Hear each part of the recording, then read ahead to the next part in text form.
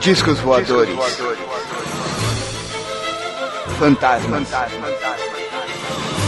Criaturas horripilantes.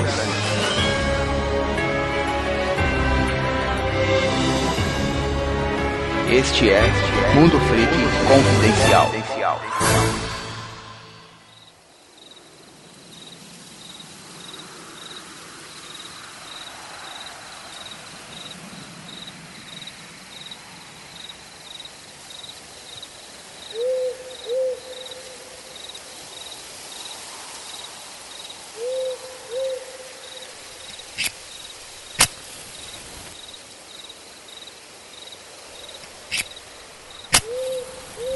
Caramba, essa fogueira não acende.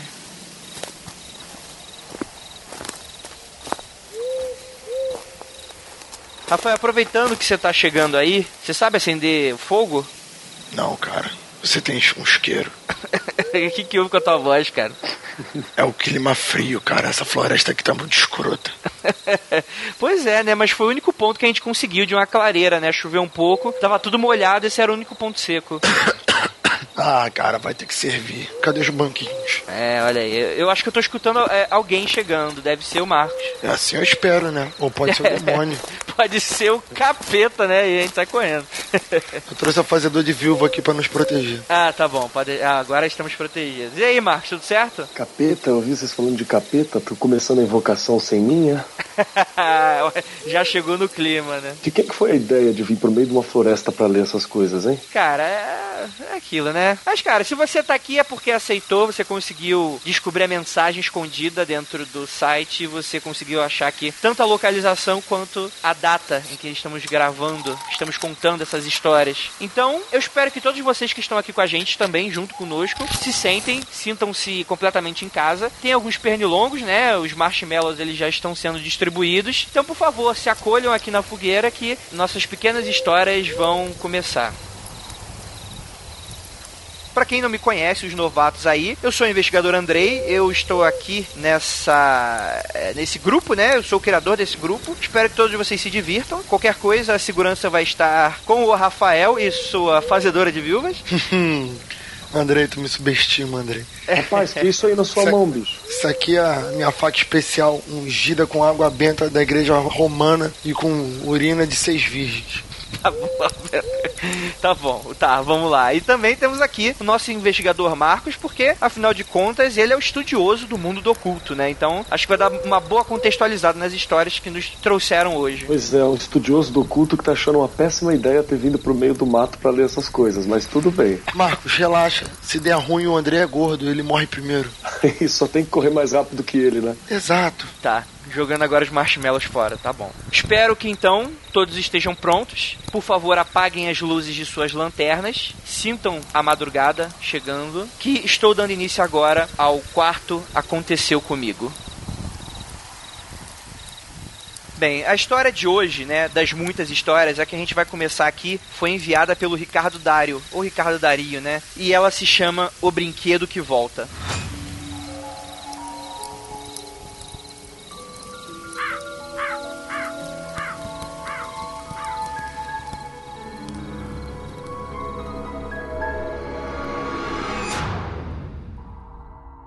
Olá, me chamo Ricardo, sou estudante de Sistemas de Informação e moro em Itajaí, Santa Catarina. Sou um ouvinte neófito e muito interessado nos assuntos do cast. Adorei todos os que ouvi e curto muito a maneira de vocês discutirem os assuntos. Vou contar resumidamente um caso que aconteceu comigo quando eu era criança. Eu devia ter uns 6 ou 7 anos, era fim de noite, quando na minha casa eu estava brincando no corredor com um carrinho enquanto a minha mãe assistia a TV. Eu estava bem em frente à porta do quarto dela. O corredor não era tão comprido, mas no final dele estava a sala com a luz apagada. E como criança que era, eu temia o escuro. Dário, eu sei como é que é, Ricardo. Escuro é um negócio complicado, né? Tenho medo até hoje. Pois é. E ele continua aqui. O esquema da brincadeira era jogar o carrinho no meio do corredor e correr para pegá-lo, antes que ele entrasse na escuridão e ficasse perdido até o amanhecer. Provavelmente, então, era aqueles carrinhos de elástico, né? Que tinha aquele sisteminha de elástico que você puxava para trás, soltava e ele andava um certo tempo, né? Eu já imagino imagino isso. Ele continua, né, que em dado momento, quando joguei o carrinho, minha mãe havia me chamado de dentro do quarto para perguntar algo. Eu me virei para olhar para dentro do quarto para responder. E quando voltei meus olhos para o corredor, a primeira coisa que vi foi o carrinho voltando sozinho, em minha direção. Depois, meus olhos subiram um pouco para contemplar uma forma estranha. Era um contorno humanoide, sem olhos, boca ou nariz. E era totalmente preenchido com aquela imagem do antigo chiado que ficava na televisão quando o canal estava fora de sintonia. Depois de ver aquela forma, eu peguei o carrinho e voltei para o meu quarto para ver TV com minha mãe. Não tive uma reação ruidosa, nem gritos, nem nada. Fui bem rápido para dentro do quarto. E é isso. Obrigado pela oportunidade e continue com um ótimo trabalho.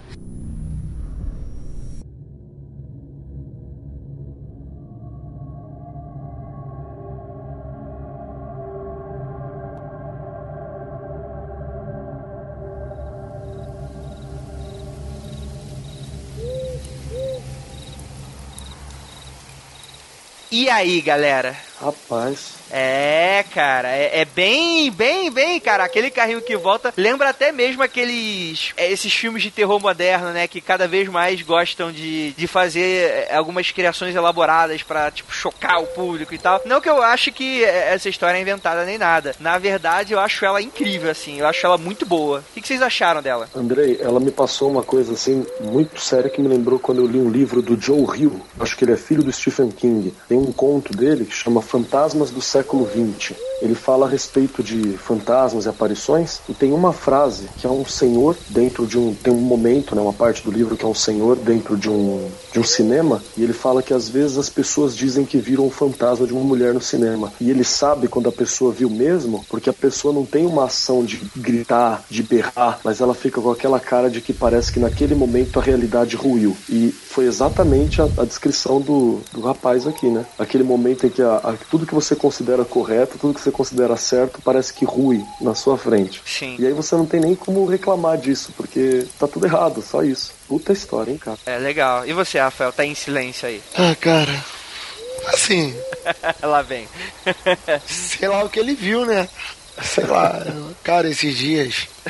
Lá vem mesmo, né, cara? Senta que lá vem a história do Rafael. Eu estava no quintal, eu cortei a árvore lá no meu quintal. Seu André, se tu vier perder o medinho, André, e vier aqui em casa, tu vai ver que o meu quintal é grande. Ele tinha uma mangueira, a mangueira foi cortada, e aí ficou aquele cotoco de tronco. Ah, então a mangueira que dá manga, não é mangueira de água, né? Isso, tá mangueira árvore. Ah, tá. Aí ficou aquele cotocão no chão assim, eu cheguei lá no quintal, era o que, uma meia-noite e meia, fiquei ali no quintal, aí tal, fiquei ali no escuro, esperando vir um fantasma, um demônio, um espírito. Não aconteceu nada, eu voltei pra casa. Assim, eu não tenho esse pé frio não, sabe? Eu fiquei com mais medo do ladrão pular um muro e, sei lá, me roubar do que de aparecer um fantasma, cara. Mas, cara, legal. Legal. Eu só não entendi uma coisa também, Andrei. Ele tava brincando sozinho?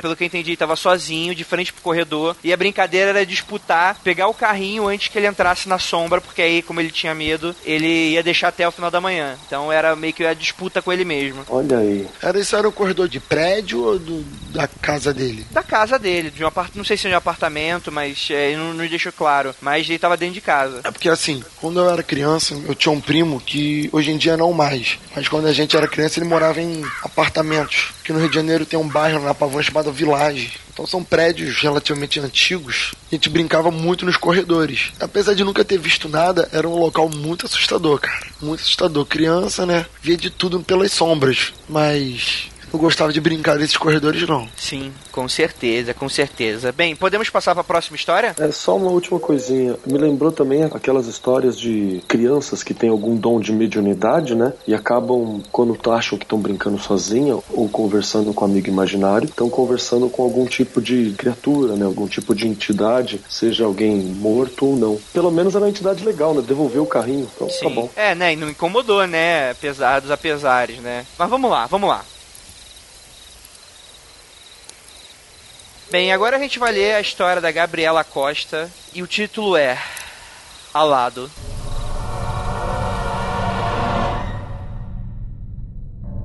Gabriela diz o seguinte: eu devia ter menos de 6 anos e estava sentada num banquinho no quintal da minha bisavó. Este banquinho dava visão para uma parte da cozinha, onde ela estava. Uma coisa que acontecia frequentemente comigo quando criança é que eu via partículas brilhantes sem destino. E aquele dia, essas partículas apareceram. Mas, diferente de tudo, elas estavam convergindo, se amontoando e formando um contorno meio humano. Meio humano porque essa forma tinha asas enormes. Eu fiquei olhando para a silhueta com medo de piscar e perder a imagem. Era um homem, pois não tinha peito, já que não lembro de ter visto órgãos sexuais. Alto, os pés não encostavam no chão, e o rosto não deu para ver, pois estava olhando para baixo. Isso foi o que eu consegui observar até tomar consciência de que minha bisavó estava parada, ao lado da criatura, que eu carinhosamente apelidei de anjo, e estava me chamando. Eu olhei para ela e a figura sumiu. Respondi então o que tinha visto, que me replicou que crianças eram mais puras, portanto, conseguiam ver mais. Depois de vários anos, uns 8 aproximadamente, passei por épocas de confusão na minha crença. Quis ser ateísta, wicana, espírita, budista e hoje tenho minha própria crença. Porém, nunca esqueci essa figura, principalmente do tamanho das asas. Os anos poluíram a imagem, então não posso dizer com certeza o tamanho. Nunca mais vi nada do tipo, nem sobrenatural, mesmo minha família sendo bem sensitiva. Bem, obrigada por fazer o Mundo Freak. Então é isso, Gabriela Costa, interior de São Paulo.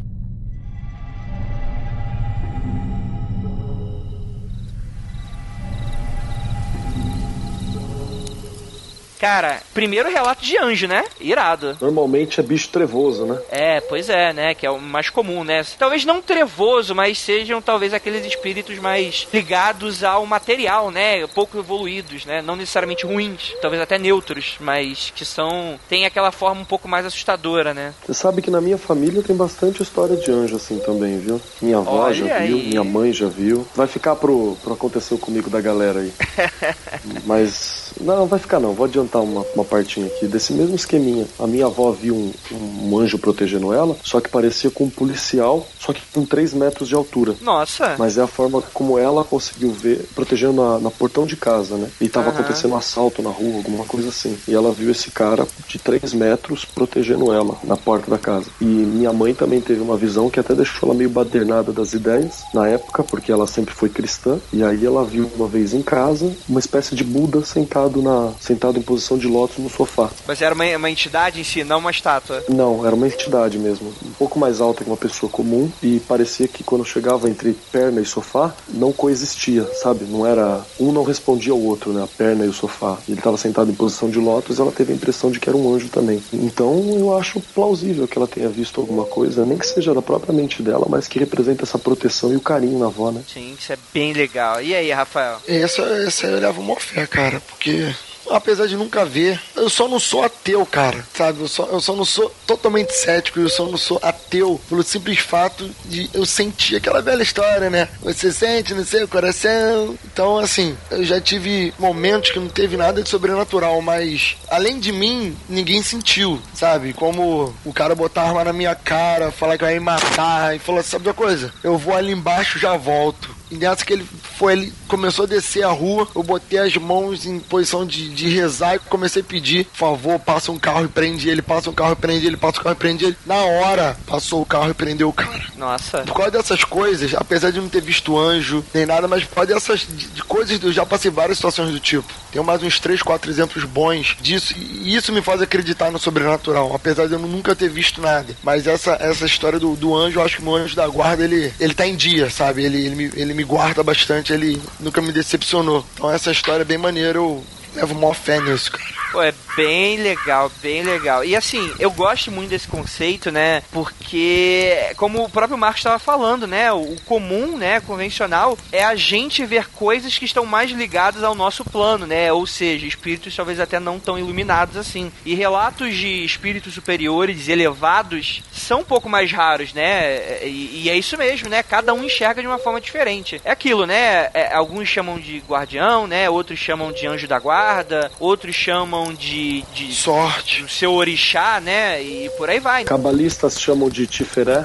Pois é, né? E fazem tudo parte de uma mesma... Talvez façam parte de uma mesma coisa, só que pelos nossos olhos, pela talvez egrégora, o dogma da pessoa, essa visão se modifique, né? E eu acho isso muito legal, né? E é muito legal que geralmente essas coisas transmitem muita paz, né? E isso é bem legal, de verdade, assim. Eu gosto desse tipo de história e eu fico feliz de trazer, né? De dar eco a ela aqui no Mundo Freak pra que mostrar que existem outras coisas que acontecem além do básico, né? E olha que quando a gente tá falando de básico, a gente tá falando de básico que são as coisas surreais, né? Mas é legal, cara. Eu gostei, é diferente, é bacana. Legal. Muito bom a história da Gabriela. Beleza. Então vamos lá. Eu vou ler aqui a história do Davi Andrade e a história se chama O Boneco.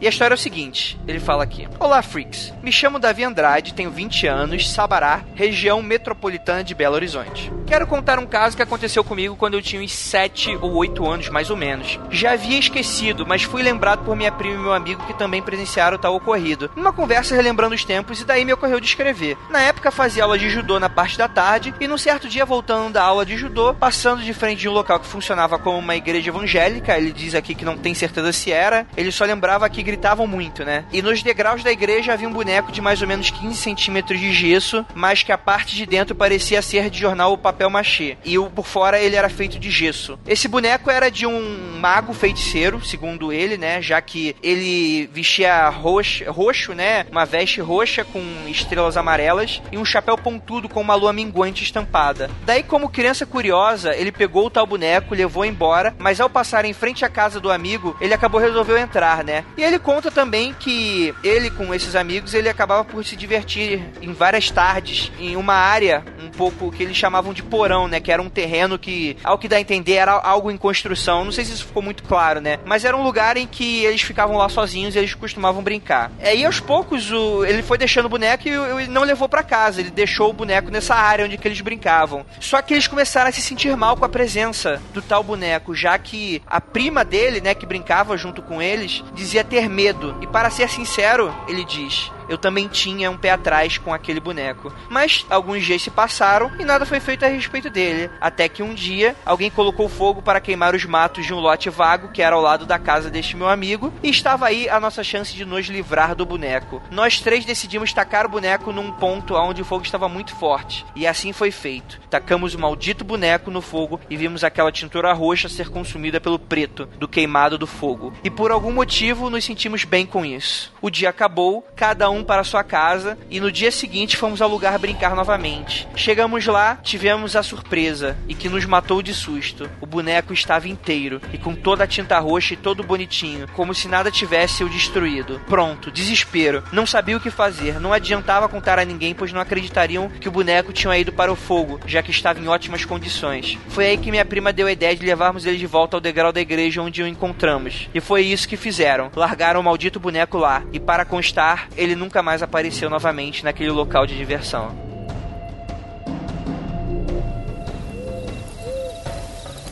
Legal, cara. Boneco é sempre uma história à parte, né? O que vocês acharam? Boneco, cara.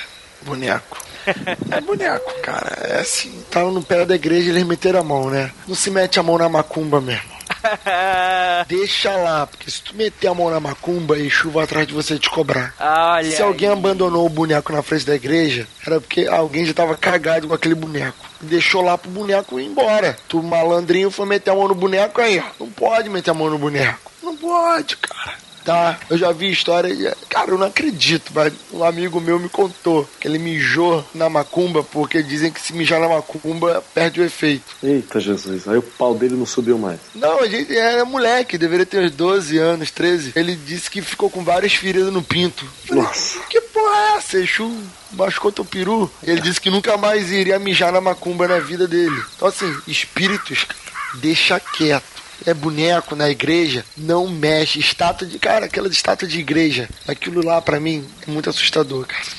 Cara, é aquilo, né? Todo mundo é cético até ver macumba na frente, né, cara? Aí vem o cagaço, né? É foda, né? Naquela hora que eu não acredito em macumba. Vai lá mexer, vai?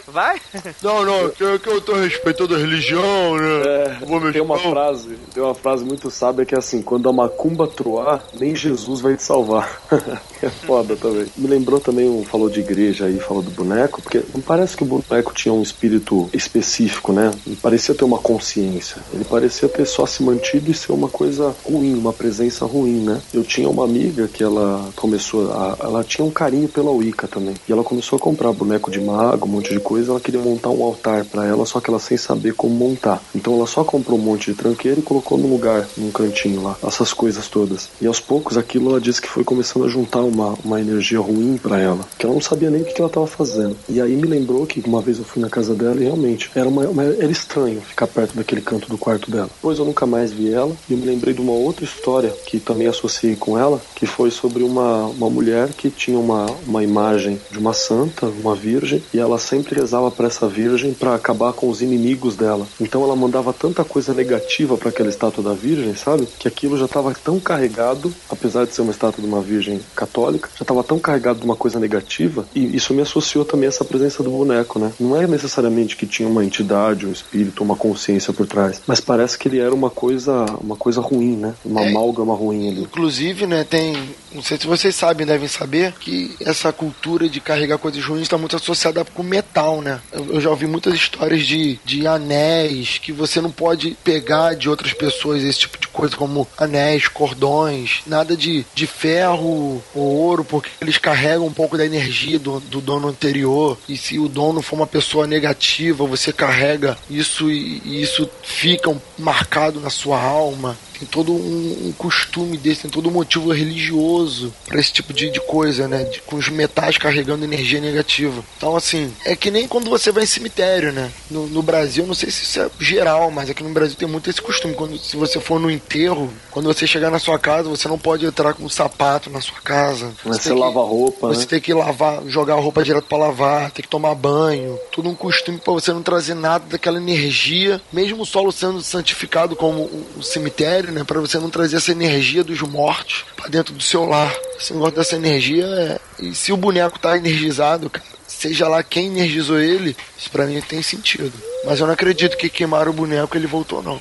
Aí forçou um pouco a barra, né? Não sei, será? Cara, é que assim, episódio 50, galera, esse aí vai ser matador, porque tem história de boneco. Então, eu gostaria de pegar um pouco esse comentário do Rafael, que ele fez sobre a macumba e Exu, porque a nossa próxima história, ela foi escrita pelo Peterson Vale, e o título dela é Exu. Assim, antes da gente começar, né, eu gostaria de dar talvez um esclarecimento, não sei, que há muito uma desinformação. Eu acho que você não é obrigado a gostar de nenhuma cultura ou sequer acreditar nela. Só que eu acho que quando a gente for falar alguma coisa, a gente tem sempre que ter embasamento. E eu vou puxar isso na hora certa quando a gente estiver falando dessa história. Beleza, gente? Então vamos lá.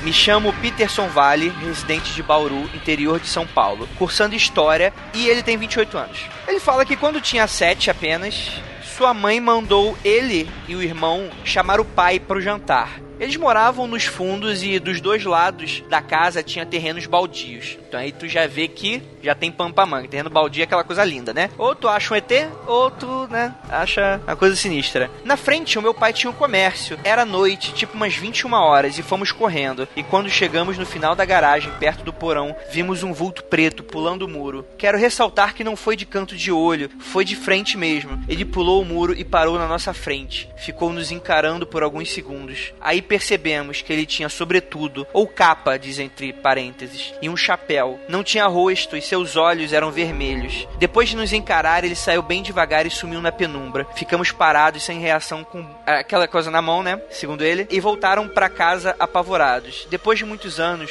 agora quando 14, ele diz que estava voltando da igreja, atravessando um terreno baldio e ouviu novamente. Ele me encarava e saiu correndo feito louco. Depois desse ocorrido, nunca mais passei por esse terreno baldio. baldio. Depois de uns anos me casei e minha irmã veio em minha casa me fazer uma visita. Entramos neste assunto e contei para ela. Ela me relatou que por diversas vezes viu novamente essa entidade. E depois de anos descobriu que ela se chama Capa Preta e que é um Exu, e entre aspas ele coloca demônio, que na religião dele, que é evangélico protestante, é a explicação que ele dá. Ele fala aqui: mas até hoje não sei por que vimos ele, mas sei que me arrepia todas as vezes que falo e digo sobre esse assunto. Obrigado pela atenção e admiro muito vocês.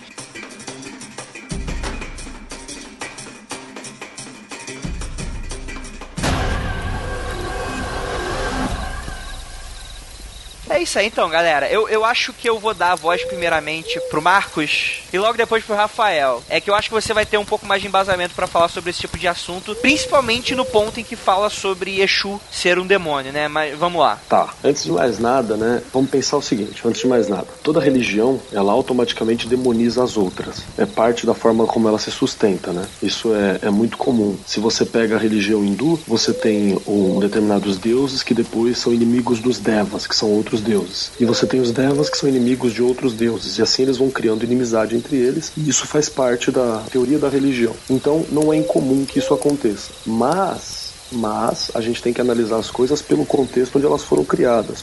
Você é um professor de história, né, cara? Então é pelo contexto, pelo embasamento, pelo momento histórico. O próprio Exu, ele só foi endemonizado no Brasil porque ele tinha uma associação muito forte com a lascívia, com a sexualidade. As primeiras imagens dos Exus eram feitas com um pênis ereto e segurando aquele tridente. É, isso rapidamente, em parênteses, rapidamente, se você for lembrar, não lembro exatamente se tem no filme, eu acho que tem, mas no começo da história do Exorcista, a gente tem aí aquela figura do Pazuzu, né, que pelo menos no livro é muito exacerbado a forma como ele descreve do órgão sexual da imagem, né, então pode também relacionar esse tipo de coisa, né.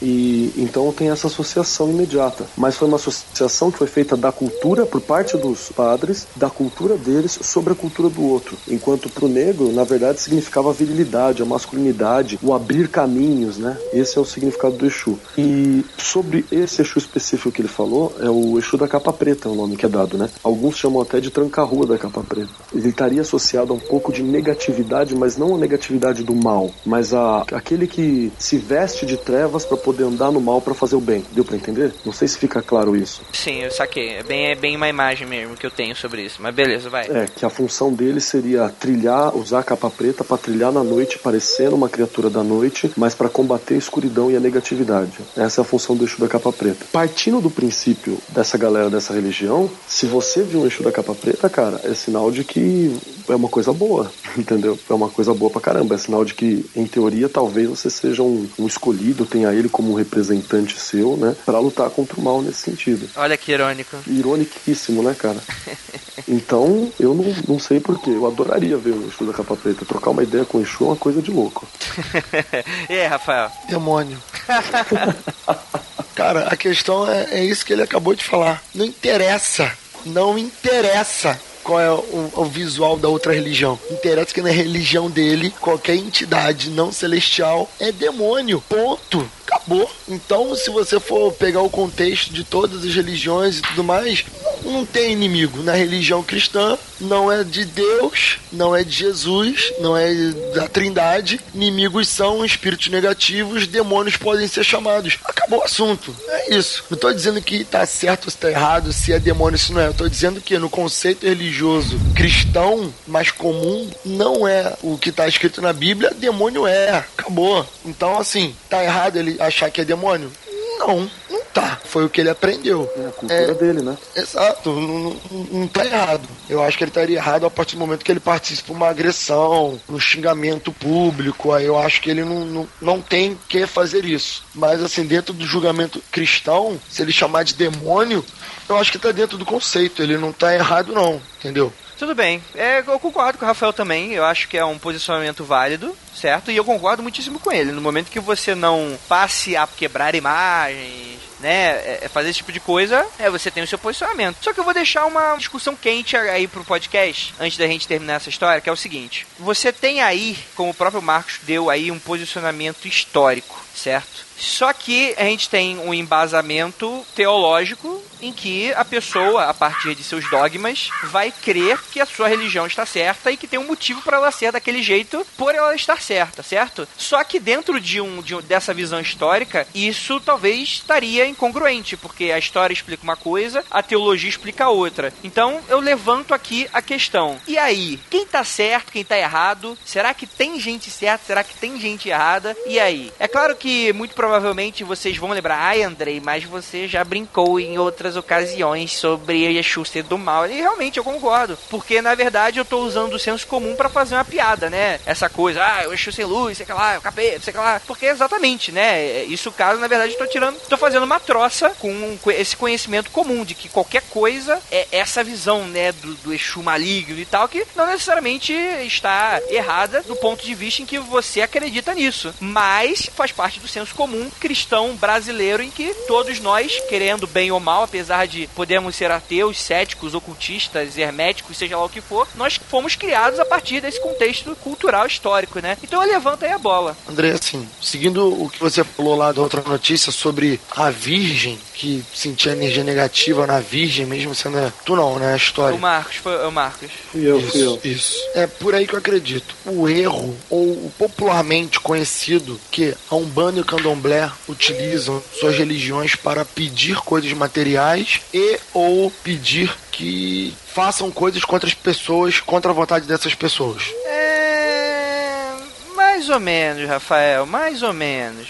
Bem mais ou menos. Tem uma macumba na frente da minha casa e a vida inteira a porra da mulher pediu coisa ruim pro inferno. Então eu tô falando de coisa que eu entendo, Andrei. Não, Rafael. Eu tô falando que são todos. Metade dos professores que eu trabalho junto são da Umbanda ou são do Candomblé. Porém, que tá. Eles, olha só o que eu acabei de falar. É comum entre as pessoas associarem isso a pessoas que pedem coisas ruins, que pedem coisas contra a vontade de terceiros e pedem coisas materiais. Não que sejam, mas que é comum essa associação, né? É isso que eu tô falando, Andrei. Sim. Então, assim, a associação é essa, certo? Então, muitas vezes quando você tem essa associação de fazer feitiço, fazer rituais, você cai nesse sentido de estar pedindo para espíritos e que esses espíritos vão fazer o trabalho para você. Isso remete a coisas negativas na sociedade. Quando remete a coisas negativas na sociedade, é como aquela estátua que o Marcos falou. É uma estátua da Virgem, teoricamente é boa, aquela coisa toda, mas a pessoa pede coisas negativas, né? Não coisas que crescem como ela melhorar, mas pede que derrube seus inimigos. Isso automaticamente faz aquele local ser impregnado de senso negativo.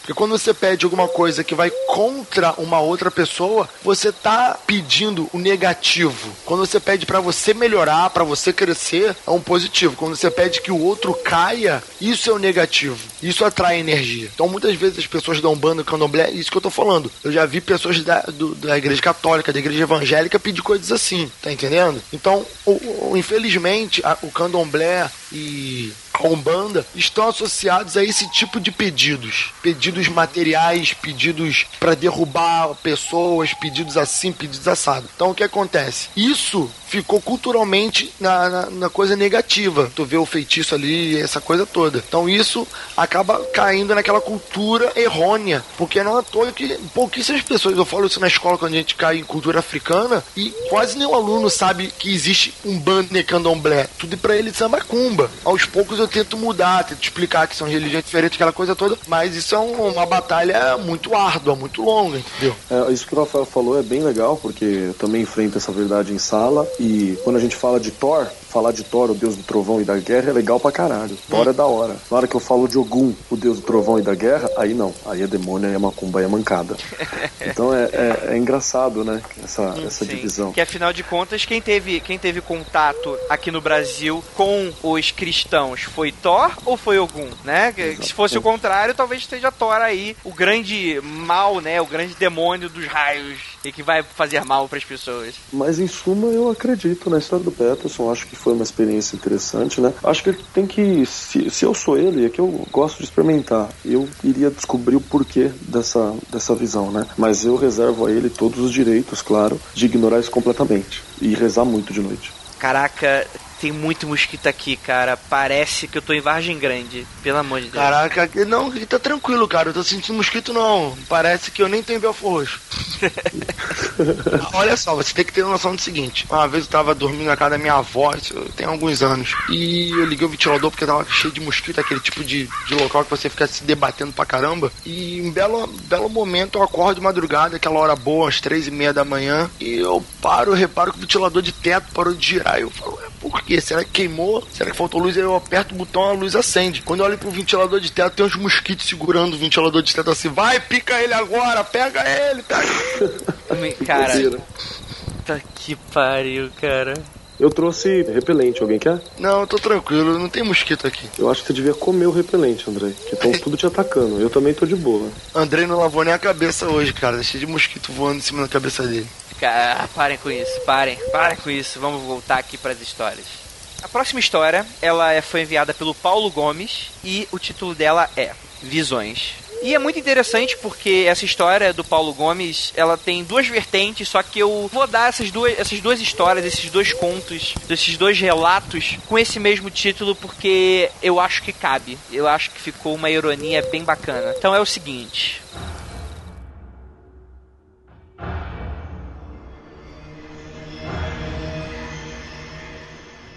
Aqui é Paulo Gomes e venho contar dois casos do Aconteceu Comigo. Primeiro é o seguinte: até meus 14 anos eu sofria muito com visões horripilantes. Não sei explicar bem o que era, mas como irmão mais velho eu sempre me punha como mais forte e não falava nada com ninguém sobre estas tais visões. Uma noite, meu irmão Gabriel, que devia ter seus 6 anos de idade, que tinha muito medo de dormir sozinho na cama, pediu para dormir na minha cama comigo e como irmão mais velho deixei. E como eu estava sem sono, fiquei assistindo TV, se não me engano era Jô Soares. Eu não sei porque ele deixou isso no e-mail, mas beleza, vamos lá. Em certo momento eu começo a sentir algo estranho, como se alguém me observasse. Foi quando olhei para a porta do meu quarto e vi pela primeira vez essa figura. Era uma sombra enorme, mas não estava na parede, era sólido, parecia usar chapéu. Olha aí um padrão, notamos um certo padrão aí. E tinha olhos vermelhos, como se fossem duas chamas dentro da escuridão. Eu fiquei mais ou menos 1 minuto, mas me pareceu horas, observando para aquilo, até ele se virar e se mesclar com a sombra da parede. Eu, conversando com meu irmão de manhã, perguntei o porquê dele sentir tanto medo de dormir sozinho. Ele me falou: é que eu tenho medo do homem de preto que fica me olhando dormir. Caralho, meu Deus do céu, cara. Eu adoro essas histórias que tem aquela coincidência da pessoa que casa a história com a que você viu, né? E, cara, assim, vou levantar a bola. Shadow People aí, com o cast que a gente tá precisando gravar. Mas fala aí o que vocês acharam. Cara, é isso aí, cara. Eu só não vi ainda. Mas com certeza eu vou perguntar: e aí, como você vai? Segundo a religião que eu frequentei muito tempo, não se comunica com tinhoso, o mochila de criança. Mas como eu sou do grupo do teimoso, eu vou perguntar qual é da dele. Qual é, mano? Poucos lembram, né? Mas você foi o único aqui que chegou a exorcizar um ambiente, né? Um local. Essa é a única história que mais próximo eu chego de algo espiritual. Até faca na bananeira meia-noite eu já fiz, mas não funcionou. Cara, tá que pai, Rafael. Cara, mas essa história eu nunca vou esquecer, cara. A casa do meu avô, ele doente, exorcizando a cozinha, é um fato na minha vida muito importante. Tirando os sonhos que eu tive com meu amigo morto depois que ele se suicidou. Puta que pariu. Rafael, vai dar 3 horas da manhã daqui a pouco, Rafael. Puta que pariu. Tá bom, vamos lá. Não, cara, eu tenho um amigo que se suicidou tem 2 semanas. Você tá falando sério? 2 semanas? Tenho, tô falando sério. Postei no meu Facebook e tudo. E tu tá sonhando com ele? É, porque antes dele morrer, há muito tempo a gente sempre falava: pô, já que um da gente morrer, volta pra contar, volta pra falar e tal, não sei o que. Só que esse meu camarada se suicidou. Então, pelo que eu acredito, ele não tá num lugar muito legal. Só que eu fico sonhando no local que ele tá, sabe? E é uma bosta, porque eu fico tentando entrar lá e não consigo. Caraca. E é um pesadelo bem escroto, sabe, cara? Eu não tenho dormido muito bem nas últimas semanas. Cara, que merda, puta que pariu. Mas é um sonho, cara. Pode ser só impressão, mas tá uma bosta. Marcos, e aí? Atenção, atenção. Nesse momento eu vou ensinar vocês a expulsar o demônio segundo o tio Crowley. Caraca, hein? Faz o símbolo do rock and roll. Faz o símbolo do rock and roll na mão aí, fez? Sim. Agora coloca o dedo do rock and roll, que é o polegar, sobre os 2 dedos do meio aqui. Vai ficar tipo um chifrinho, tá vendo? Isso é o símbolo de expulsar o mal. Exatamente. Coloca agora no teu peito, no lado esquerdo do coração. Colocou? Sim. Você colocou a mão no coração aqui, né? Como se fosse o polegar do lado do coração, e você joga pra frente com força e usando a sua vontade. E fala Apopantus Kakodaimonos, que é proteja-nos dos espíritos do mal ou afasta-te de mim todo espírito do mal. Aí o Munra volta pra tumba. Aí em teoria, se você projetou a sua vontade, porque não adianta nada você só falar se você não projetar a tua vontade. O que for dissonante da sua energia natural sai dali naquele momento. Eu aprendi que esse símbolo que tu acabou de falar era símbolo de afastar o mal, lendo Bernard Cornwell. Exatamente, é o símbolo de afastar o mal, o símbolo grego. Que o pessoal lá no livro do Rei Arthur, né, do Crônicas Arturianas, eles fazem isso, pra afastar o mal. Isso aí é parte básica do ritual Rubi Estrela do Aleister Crowley, que é um ritual de banimento fudido.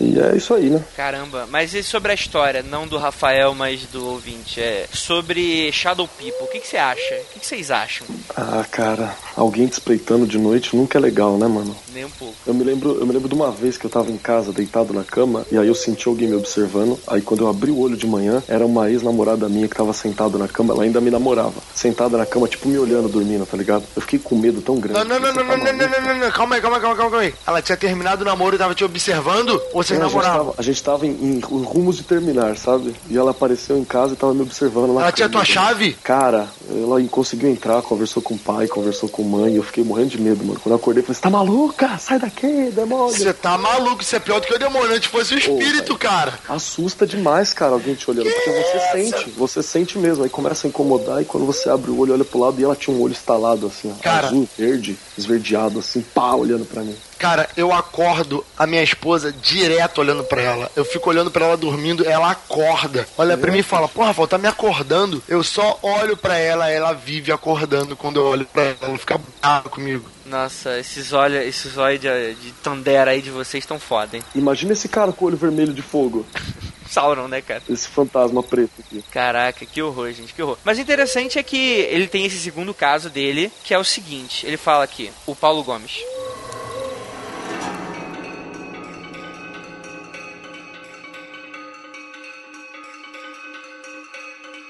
Eu, quando tinha 17 anos, sofri um trauma no olho esquerdo. Não sei bem como foi, mas parece que foi uma bactéria bizarra que eu peguei, e isso estava me deixando cego. E como minha família não tinha grana para bancar no tratamento e ir para o SUS e a pedir para ter o olho errado arrancado, fiquei muito tempo sem tratamento. Um dia eu estava me sentindo tão mal que com isso decidi apelar para o espiritual. Eu fui para a igreja que estava frequentando na época, uma daquelas pequenas igrejas evangélicas de bairro, pequena e que todo mundo se conhece, então eu fiquei no último banco, pois a igreja estava vazia, e comecei a orar. Deus, eu quero minha visão. Eu quero e aceito que isso seja tirado de mim e preciso da sua ajuda, pois não tenho condições nem de me curar por outro meio. Então voltei para casa e fui dormir. Não lembro bem com o que sonhei, mas era como se estivesse numa sala totalmente iluminada e branca. Não havia um som e a claridade foi aumentando até um ponto que não conseguia enxergar mais nada. Foi quando acordei e ao abrir os olhos eu consegui enxergar tudo bem com as duas vistas. Onde antes era tudo meio que um borrão, agora estava nítido. Sei que vão falar sobre autossugestão, que pirei, ou até que uma história fake, mas eu sei da minha verdade e o que passei, mas queria compartilhar isso. A fé pode sim muitas coisas.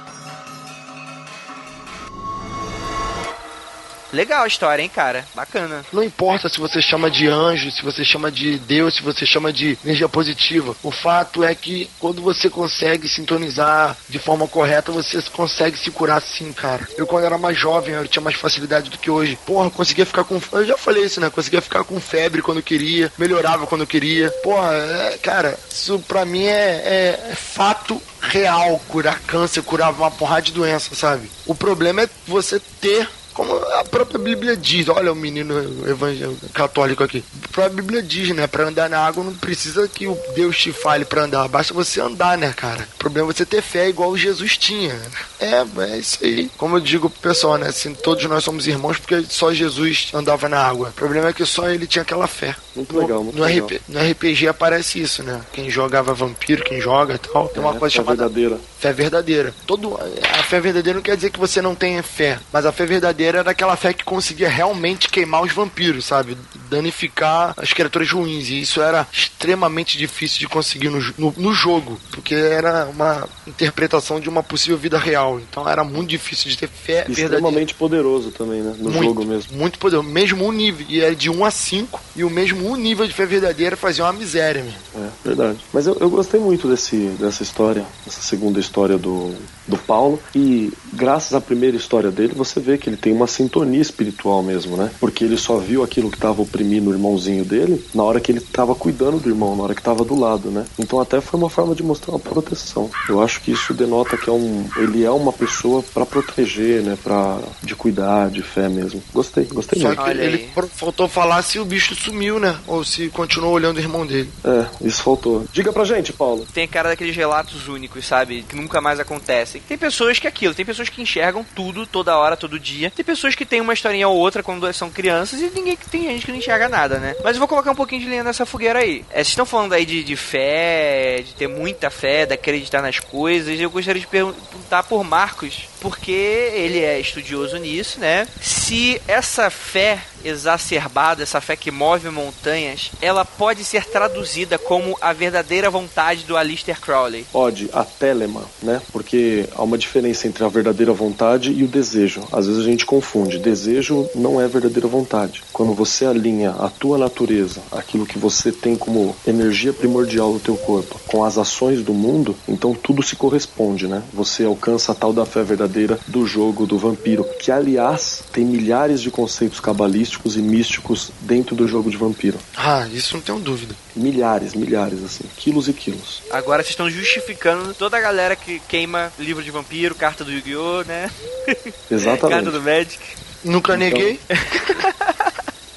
Então tem a ver sim. A fé verdadeira é telema, né? É a verdadeira vontade. Provavelmente fazia parte da verdadeira vontade dele ter essas duas visões e contar isso mais pra frente. Sabe onde aparece um negócio de uma pessoa sendo guiada pela verdadeira vontade em um filmezinho bobinho? Onde? Piratas do Caribe. É verdade, né? Aquela bússola. A bússola indica pra a verdadeira vontade o que ele mais deseja. É verdade. É bem legal. Tem uma hora que ele quer achar lá não sei o que, ele aí tá apontando pra dentro do barco. Ele abre um negócio assim, ele pega uma garrafa de rum. Quando ele pega a garrafa de rum, a bússola vira pro outro lado. Ele...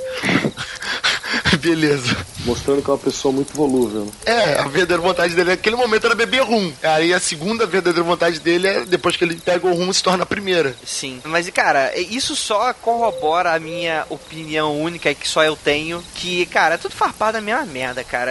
A gente tá olhando pro astral, o astral olha pra gente, cada um enxerga a coisa que quer, mas é a mesma coisa. Às vezes a gente participamos de egrégoras diferentes, de crenças e dogmas diferentes, mas tudo é traduzível, eu acho, faz parte da minha crença. Andrei, quem disse que você é o único, Andrei? Eu acredito, porra, eu coloco nisso até os alienígenas, cara. É tudo a mesma coisa. Eu tô uma coisa muito parecida mesmo. É o mito do D20, tá ligado? A realidade é um D20, cada um tá vendo uma face só e falando e defendendo o seu próprio número. Olha aí, boa analogia, ó. Excelente, excelente. Então é isso, galera. Vamos agora, então, caminhando pro final desse podcast, que é o seguinte. Temos aqui duas histórias. A primeira delas ela é bem rápida, que foi... A primeira é da Daiane e a história é O Espírito que Brinca. É o seguinte...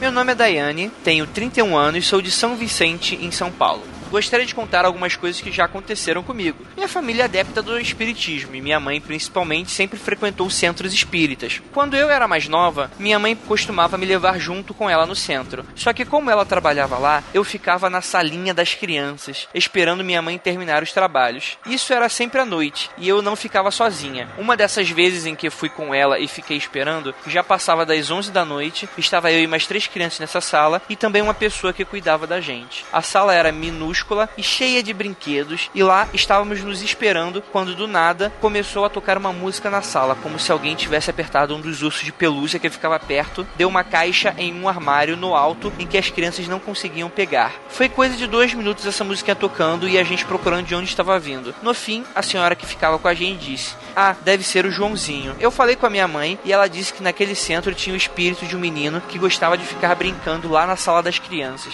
Além disso, também teve uma vez que eu estava na sala onde faziam palestra junto com outras pessoas e ouvimos alguém descendo as escadas e abrindo porta e fechando. A questão é que a sala ficava de frente para a escada e não vimos ninguém passar por nós, mas lá pode-se dizer que era um lugar propício para isso. Fora isso, minha mãe tem várias outras histórias que ela poderia contar do que já viu lá. Isso é bacana, hein? Depois fala com ela, talvez ela consiga aí alguma coisa aí pra gente. Aconteceu comigo. E ela fala aqui que outros acontecimentos foram no local onde trabalha, o cargo que ela exerce como coordenadora, às vezes exigia que ela ficasse até um pouco mais tarde no trabalho para arrumar as salas, e sempre fica comigo uma senhora. E uma vez estávamos nos dois arrumando a sala para o curso que ia acontecer no dia seguinte, já passava das 7 da noite, a casa estava vazia, não tinha mais ninguém, apenas eu e a senhora, quando ouvimos alguém chamando. A voz parecia de outra pessoa que trabalhava por lá. Paramos o que estávamos fazendo e fomos olhar pela janela como um simples pensamento. Ah, fulano esqueceu alguma coisa aqui e voltou para pegar. No portão de entrada não tinha ninguém, então chamamos por ela e não teve resposta. Voltamos ao nosso trabalho e foi aí que chamaram novamente. E novamente nós chamamos por essa colega que não respondeu. Então ignoramos o chamado, terminamos o trabalho e foi embora para casa. E a senhora ia dormir na empresa. No dia seguinte, a senhora perguntou à nossa colega se ela tinha voltado para a empresa e se havia dormido por lá também, já que ambas moravam em outras cidades e frequentemente faziam isso. A nossa colega respondeu: ontem não, saí daqui e fiquei com os amigos e estou chegando agora. A senhora então respondeu: então não foi você que ficou andando a noite inteira na sala de aula, né? Caraca, arrepiou tudo aqui.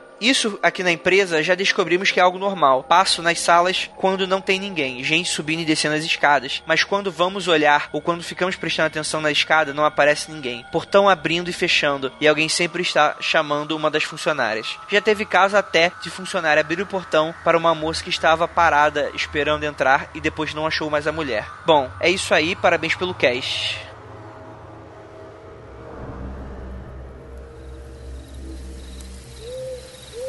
E aí, galera? Daiane, e aí? O que vocês acharam? Será que também é o pessoal da capa preta aí? Não, depende. Parece que, na verdade, pode ser um fenômeno, até que a gente já citou aqui diversas vezes, algo que remeta um pouco àquele lance do poltergeist, né? Talvez alguma pessoa que more desencarnada, né? Que more ainda no ambiente, né? Antes dele ter sido comprado, né? E morreu por lá. Não sei. E aí? Eu vou mandar uma outra teoria aqui. Às vezes eu acho que esses lugares onde tem uma sala de aula, né? Frequenta muita gente, ele quando fica vazio, ele ecoa as pessoas que passaram por lá, né? Não sei se pode falar que a energia que fica lá, se é a nossa cabeça que associa a presença de pessoas nesse lugar frequentemente, então ela coloca essa presença lá no momento em que tá vazio, porque há um tempão atrás eu trabalhei em loja também, e eu lembro que de vez em quando eu tinha alguma coisa pra fazer na loja num horário diferente, mais à noite ou mais de manhã, tinha umas coisas meio bizarras assim que acontecia, e é lógico, a gente encarava com a maior naturalidade, tipo assim, beleza, aconteceu, continua a vida, né? E então eu me vi muito nesse papel aí, apesar de não ter nada do tipo ouvir passo na sala ao lado com frequência. Isso aconteceu uma vez ou outra, você achar que alguém virou atrás da arara de roupa da loja e você vai lá e não tem ninguém, saca? Você ouvir alguém te chamando e não tem ninguém no lugar. Então é meio estranho mesmo. Mas não sei se eu associo a um espírito específico ou se é, sei lá, uma forma do lugar ter eco. No Japão que tem muito disso, né? Que os objetos, os lugares, eles ficam impregnados com a energia das pessoas e ganham uma pseudo-vida, né? Cara, eu acredito bastante nisso do local impregnar com energia, e aquela energia ali, ela passa para as pessoas. Assim, um lugar que eu acho que todos os ouvintes podem testar, pelo menos os ouvintes maiores de idade, que é impregnado de energia de um tipo, e você fica diferente nesse lugar, é motel. Cara, Rafael, pelo amor de Deus, cara. Não faz isso com a gente, cara. Desenvolva. Você fica tarado quando entra no motel, sei.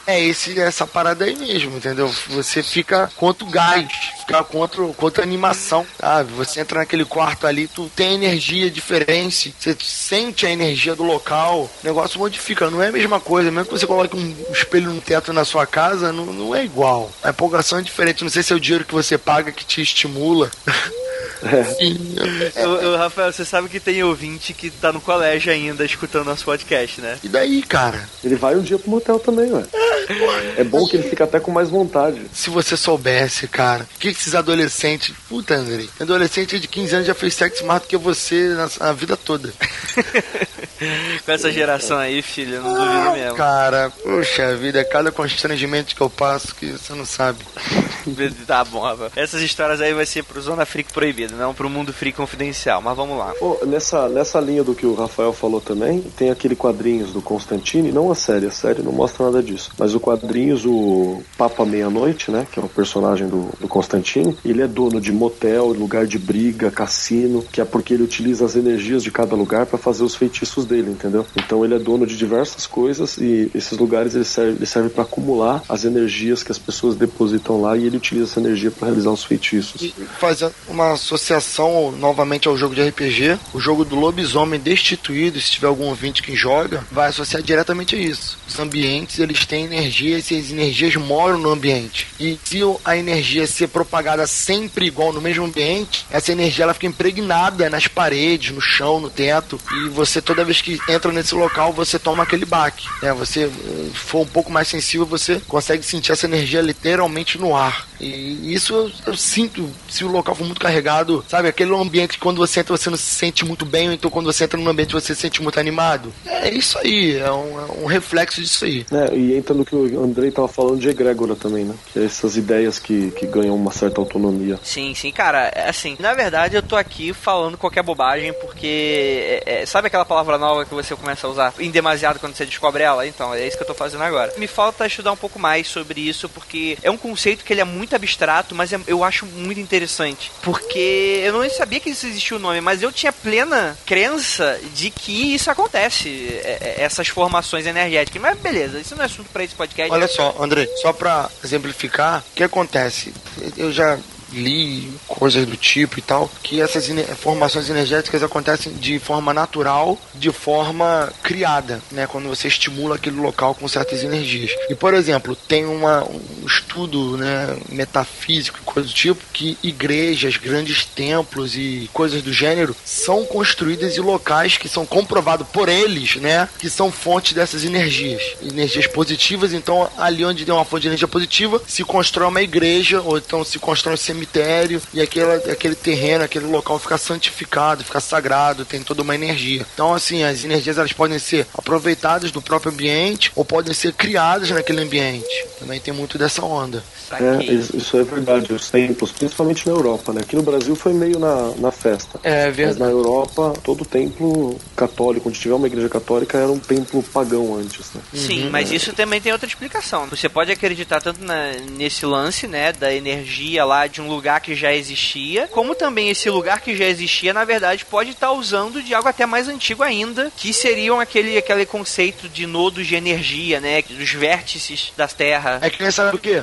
Se eu não me engano, é Washington, a cidade de Washington, nos Estados Unidos. Aquela construção dela seria toda para ampliar a energia financeira do local. Cara, eu acredito, e por isso que é tão fácil ligar qualquer coisa americana a Illuminati, porque, cara, tu olha pra como a porra do país foi construído, cara, aí você vai relembrar daquele episódio da maçonaria com o Marcelo Del Débio, cara, e é isso aí, cara, é tanto os Estados Unidos quanto Londres, cara, são cidades extremamente simbólicas. Não só falando com arquitetura, como localização, como simbologia, tudo, cara. Sim. Tudo bem que foi uma invejinha aí, foi uma invejinha de Washington, né, que viu que Londres tinha todos os seus símbolos místicos, eles falaram, Washington vai ter também, mas tá valendo. Mas é que tá, as construções, elas são muito feitas para esse efeito de canalizar. Então você pode ampliar uma energia existente, ou então pode pegar um local onde não tem energia e fazer que essa energia apareça e tenta construir dessa forma. Porque tem muita gente que usa o Feng Shui em casa, todo esse tipo de coisas de local de móveis, objetos dentro de casa para harmonizar o ambiente, tudo mais, isso aí é energia. Cara, por favor, alguém pega um pouquinho mais de galho para essa fogueira, porque ela tá apagando, né? Não é uma boa ideia. Eu levanto e pego.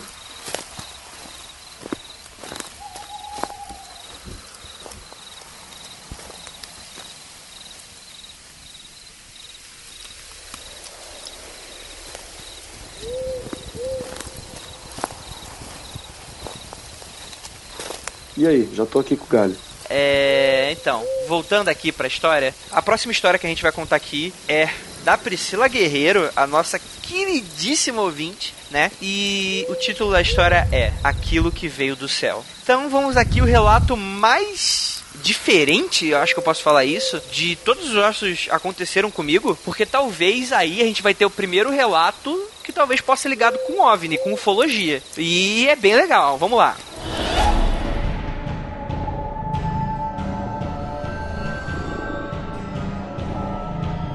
Segundo ela, num sábado, dia 7 de setembro, talvez de 2010 ou 2011, ela não dá certeza, resolvi viajar para a cidade de Cunha. Peguei o carro e fui. Num determinado trecho da Dutra, bem depois de Aparecida, que era plano, sem árvores, montanhas, nada, a estrada era reta. Percebi que ia entrar numa sombra. Vi que era uma sombra arredondada no chão. Até aí, ok, poderia ser uma nuvem. Entrei na sombra e por uns 10 minutos estava nela. Achei esquisito, parei o carro, saí dele e olhei pra cima. Achei que era uma nuvem grande e que não estava conseguindo ver pelo para-brisa. Mas para minha surpresa, o céu estava completamente azul. Aquele azul forte de setembro, céu de brigadeiro, nenhuma nuvem nele, nada que pudesse fazer sombra. E outra coisa sinistra, não tinha vacas no pasto, não tinha pássaros, não tinha árvores, só grama e algumas pedras pequenas. Comecei a prestar mais atenção ainda mais no cenário. Não tinha som de insetos também, não tinha carros na estrada vindo ou indo. Fiquei uns 5 minutos ali tentando entender a sombra sem nuvem, a falta de bichos ao redor, de barulhos, não ventava, nada. Tudo parado, tudo silencioso. Achei esquisito demais, aí entrei no carro e segui viagem. Levei mais uns 20 minutos para sair da sombra, parei adiante, neste ponto tinha um pássaro e poucas árvores e alguns barulhos de insetos. Dava para ver a borda arredondada da sombra. Nunca entendi direito e pesquisei sobre o fenômeno físico que explicasse isso, mas nunca achei nada. Bem, a história toda é essa, não tem mais detalhe. Conversando com um amigo sobre isso, chegamos na conclusão de que poderia ser alguma coisa grande, no modo stealth, invisível, camuflado talvez. Aí vocês vêm e me falam de um episódio em que citam Black Knight. Lembrei na hora da história. Será que era algo similar? Acredito que não, porque a sombra estava parada na estrada. Entrei na sombra como quem entra num túnel, por exemplo. Você vê a borda dele e entra. No total foram 30 minutos de sombra percorrida. O mais esquisito foi sair do carro, ver a sombra, olhar pra cima, ver o sol. Eram umas 2 horas da tarde. Dá um mindfuck bravo isso. Não acho que ficou me acompanhando. Acho que é algo que estava parado. Parado mesmo, e passei sobre essa coisa. Se houver alguma coisa e não for um fenômeno físico, eu desconheço. Acabei chegando em Cunha, mas voltei no mesmo dia para São Paulo. Só que passei no trecho à noite e não tive coragem de parar. Se durante o dia já era sinistro, à noite com tudo escuro, vai saber, né?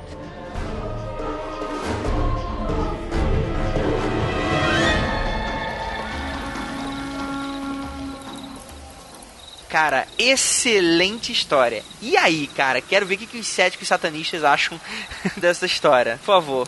Isso é muito fácil, cara. É ET.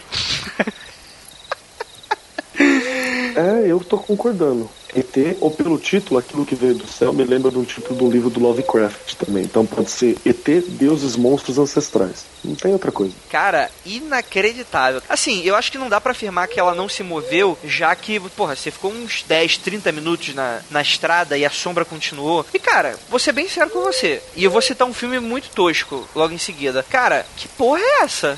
O que faz a sombra, né? Essa é a grande dúvida. Aí eu me lembro daquele filme de animação chamado aquele do Chicken Little, né? O galinho Chicken Little. É uma animação, acho que da Disney. E há uma invasão alienígena, né? E é muito engraçado que o galinho, ele é o primeiro a descobrir porque que acontece. Ele olha para aquele céu azul e de repente cai um pedaço do céu. Aí quando ele vai ver, é tipo uma estrutura hexagonal que era da camuflagem da nave. Ele pensava que era um pedaço do céu, sabe? E era a camuflagem, cara. Andrei, acabei de lembrar de uma história sobrenatural que aconteceu comigo quando eu era mais garoto. Olha aí. Cara, eu fui no quartel com 2 amigos. Me apresentar pro quartel. Aí lá na... Pô, esqueci o nome do lugar que tem os quartéis aqui no Rio agora. A gente caminhando naquele lugar, tinha uma lâmpada parada no alto. E a gente ficou olhando no meio da avenida. Tipo, não tinha poste, não tinha nada. Tinha uma lâmpada no alto.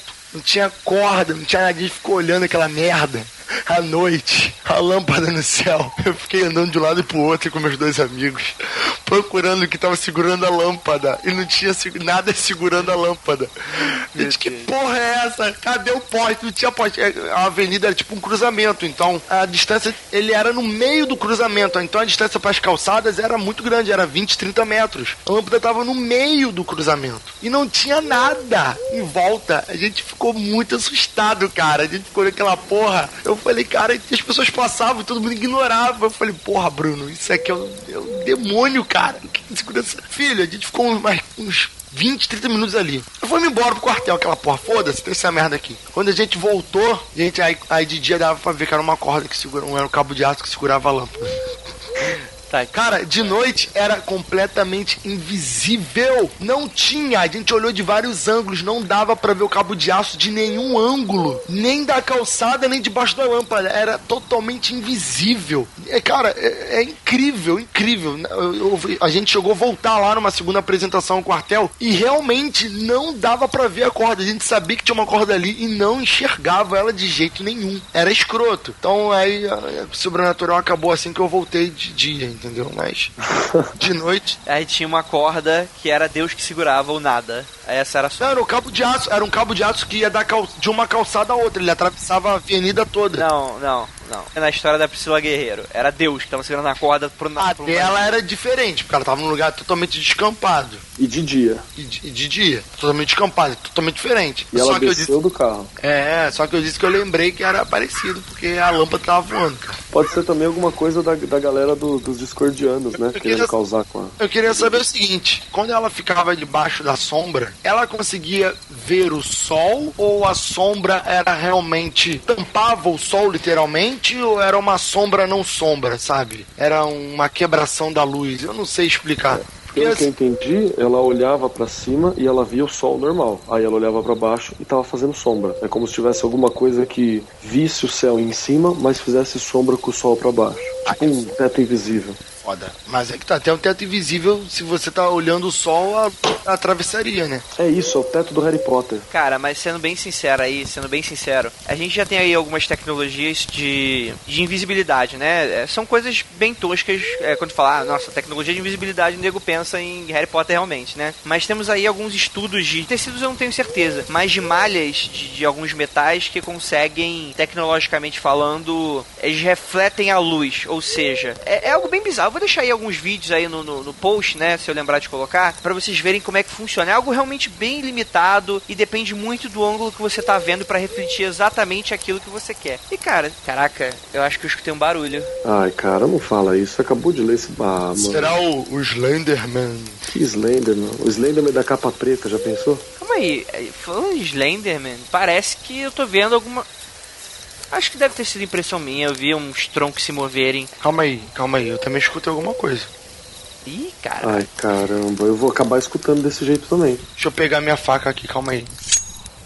Então é isso, galera, espero que todos vocês tenham gostado da história. Esperamos muito mais nos próximos episódios, mas no episódio 50 a gente vai ter um especial que vai ter mais um Aconteceu Comigo, só que dessa vez vai ser com os membros da equipe. Aguardem. Então, eu declaro que o nosso primeiro encontro do Aconteceu Comigo, especial aqui da Mata, né, em que a gente consegue se unir nesse clube, eu declaro que a reunião está encerrada. Tome cuidado ao voltar para casa.